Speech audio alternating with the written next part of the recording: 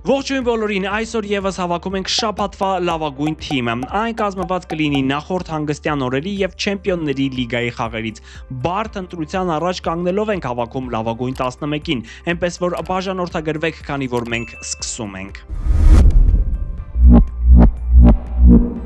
Այս անգամ դարպասում կլինի Մանուել Նոյերը, որի շնորհիվ Բավարիան հաղթեց Մադրիդի Ռեալին։ Չնայած տարիքի 40-ամյա քիփերը կատարեց անհավանական 9 սեյվեր, նա ցուցադրում էր այնպիսի խաղ, կարծես նոր-նոր է սկսում կարիերան։ Գերմանացին դրվագներով վերածվում էր կենտրոնական պաշտպանի, ապահովագրելով թիմակիցներին։ Նա ոչ միայն դարձավ այդ խաղի լավագույն ֆուտբոլիստը, այլ նաև Չեմպիոնների լիգայի շաբաթվա լավագույնը։ Նա արժանի տեղ է գրավում մեր թիմում։ Անցնելով պաշտպանությանը հերու չենք գնում Ռեալ Բավարիա խաղից եւ մեր թիմի պաշտպանության աջ եզրը վստահում ենք Տրենտ Ալեքսանդր-Արնոլդին։ Անգլիացին կամաց-կամաց ադապտանում է Ռեալի խաղին ու նմանվում Լիվերպուլյան Տրենտին։ Այս խաղում նա կարողացավ կայուն խաղ ցուցադրել, կատարել գոլային փոխանցում եւ Ռեալի կազմում լավագույններից էր։ Պաշտպանական գործողությունները դեռ կաղում են, բայց մենք նրան հրավիրում ենք հարձակվելու համար։ Մեր կենտրոնական պաշտպանը կլինի Աբդուկադիր Խուսանովը։ Ուզբեկ ֆուտբոլիստը ուղղակի անկրկնելի էր Լիվերպուլի դեմ գավաթային խաղում։ Նրա գրեթե 100% ճշգրտության փոխանցումները սովորական են։ Դրան ավելացել է վստահությունը, ինչը շատ էր պակասում նրան նախորդ տարի։ Արագությունն ու ճիշտ պահին սահանկումները Սալահի համար սարսափ էին դարձել։ Նա 100% ճշգրտությամբ կփակի նաև դիրքը մեր թիմում։ Պաշտպանության ձախից կգործի Մաթեո Ռուջերին Ատլետիկո Մադրիդից։ Չնայած նրան, որ Բարսելոնան 44-րդ րոպեից սկսած մնացել էր 10 հոգով, դա չէր խանգարում կատալոնացիներին հարձակվել եւ ճնշել մրցակցին, բայց Մատեոն կարողացավ գրեթե բոլոր գրոհները կասեցնել եւ թույլ չտալ Բարսելոնայի ֆուտբոլիստներին, մասնավորապես Յամալին ներխուժել Տուգանային հրապարակ։ Բացի իր հիանալի խաղը, նա կատարեց գոլային փոխանցում, արդյունքում Ալեքսանդր Սյորլոտը գրավեց Բարսելոնայի դարպասը եւ Ատլետիկոն հաղթեց 2-0 հաշվով։ Կիսապաշտպանության կենտրոնում զույգից առաջինը կլինի Հական Չալխանօղլուն։ Նա Ռոմայի դեմ տնային խաղում դարձավ հեռահար շքեղ գոլի հեղինակ եւ գոլային փոխանցում կատարեց։ Բացի այդ ամենը, նա շատ լավ էր կառուցում գրոհները եւ հարկ եղած դեպքում օգնում պաշտպաններին։ Արդյունքում Հենոյենս թիմը հաղթեց 5-2 հաշվով եւ կարողացավ ավելի ամրապնդվել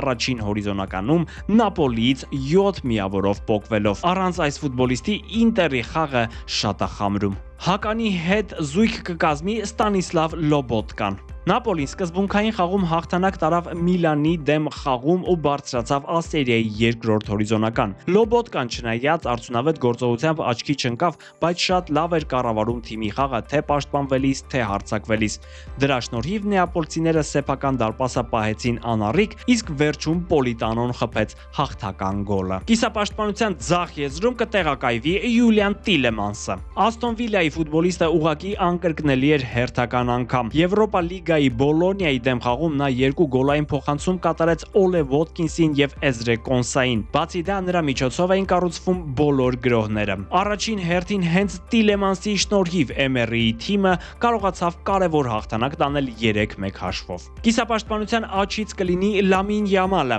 Այո, ճիշտ լսեցիք։ Դուք տեսել եք, թե ինչ փոխանցումներ է անում այստեղեն։ Դա անում է միլիվայրկյանների ընթացքում։ Ատլետիկոյի դեմ Չեմպիոնների լիգայի խաղում նա փորձում էր առաջատարի դերը ստանձնել, չնայած շատ բան չէր ստացվում, բայց Լա լիգայի խաղում նա տանջեց Նիկո Գոնսալեսին։ Նման տրամադրվածությունն ու շարունակական հասունացումը նրան կդարձնեն Բարսելոնայի լեգենդ։ Անցնենք հարձակվողներին, որտեղ եւս մի ներկայացուցիչ ունենք Պարի Սեն-Ժերմենից։ Այո, իհարկե, դա Կվարացխելիան է։ Միայն նրա գոլը Լիվերպուլի դեմ խաղում ստիպում է մեզ վճարել 200 միլիոն ու հրավիրել նրան։ Խաղի ժամանակ կատարել է 41 փոխանցում, որոնցից 38-ը ճշգրիտ։ Խաղացողի համար, որը միշտ սրում է խաղը, ֆանտաստիկ արդյունք է։ Վերջի վերջո հայրենակցին է խոցել։ Դա հանակ բան չի։ Հարձակման կրակագծում կլինի Էրլինգ Հոլանդը։ Նորվեգացու խաղը բառերով նկարագրելը անհնար է։ Լիվերպուլի դեմ տնային խաղում Հոլանդը դարձավ հետրիկի հեղինակ եւ դարձավ խաղի լավագույն ֆուտբոլիստ։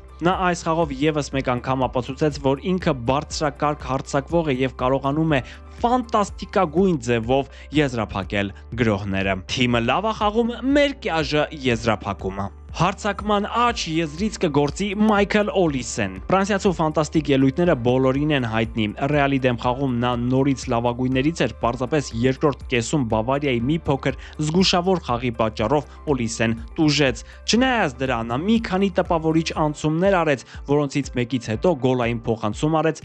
Հարի Քեյնին։ Մեր կարծիքով նա որոշիչ դեր է ունենալու պատասխան խաղում։ 3-4-3 սխեմայով թիմ, որի աջ եզրը ուղակի պայթունավտանգ է։ Պատկերացրեք, պաշտպանությունից միանում է Ալեքսանդր Արնոլդը, իսկ Օլիսեն եւ Յամալը փոխնիփոխ անցումներով խոցում են մրցակցին, իսկ դե Հոլանդը միշտ պատրաստ է եզրափակել նրանց փոխանցումները։ Գրեք ձեր կարծիքը, առաջարկեք ձեր տարբերակները ամեն դիրքի համար, մենք սիրով դրանք կկարդանք։ Բայց սա դեռ ամենը չէ, այս անգամ մեր թիմը ունի նաև պահեստայինների կարճ, բայց նստարան։ Առաջինը դարպասապահ շատ հուսալի Խուան Մուսոն, որը երկու խաղերում Բարսելոնայի դեմ շատ լավ տպավորություն թողեց, բազում սեյվեր գրանցեց եւ օգնեց իր թիմին հատկապես Չեմպիոնների լիգայում անառիկ պահել իր դարպասն ու հաղթանակի հասնել այդպիսով շատ հարմարավետ ձևով գնալ պատասխան խաղին։ Էնպես է ստացվում, որ Ատլետիկոից ունենք եւս մի ֆուտբոլիստ, որը հարձակվող է եւ իհարկե Խուլիան Ալվարեսն, որի շքեղ հարվածը տեսել եք, հավատում եմ, եւ նա այդ ամենով ասում է պարտականը Լեո Մեսսիին, քանի որ հենց նրանից է այդ ունակությունները ընդօրինակել։ Մեկ էլ իհարկե կարող ենք Բավարիայից առանձնացնել Լուիս Դիասին, որը հենց ճիշտ ժամանակին կարողացավ բացվել եւ բացել խաղի հաշիվը շատ կարեւոր հատվածում առաջին խաղակեսի վերջում եւ օգնեց վերջի վերջո դրական արդյունք գրանցել։ Ինչպես ասեցի, շատ կարճ եւ հարձակվողական պահեստայինների նստարան ստացվեց, բայց ես հավատում եմ, որ ձեր շնորհիվ մենք կհարստանանք եւ կկարողանանք նոր ֆուտբոլիստների ներգրավել, այնպես որ բաժանորդագրվեք, օգնեք մեզ ավելի աճել եւ հարստանալ։ Մենք հարուստ ենք ձեզնով։ Շնորհակալություն, կհանդիպենք մյուս շաբաթ։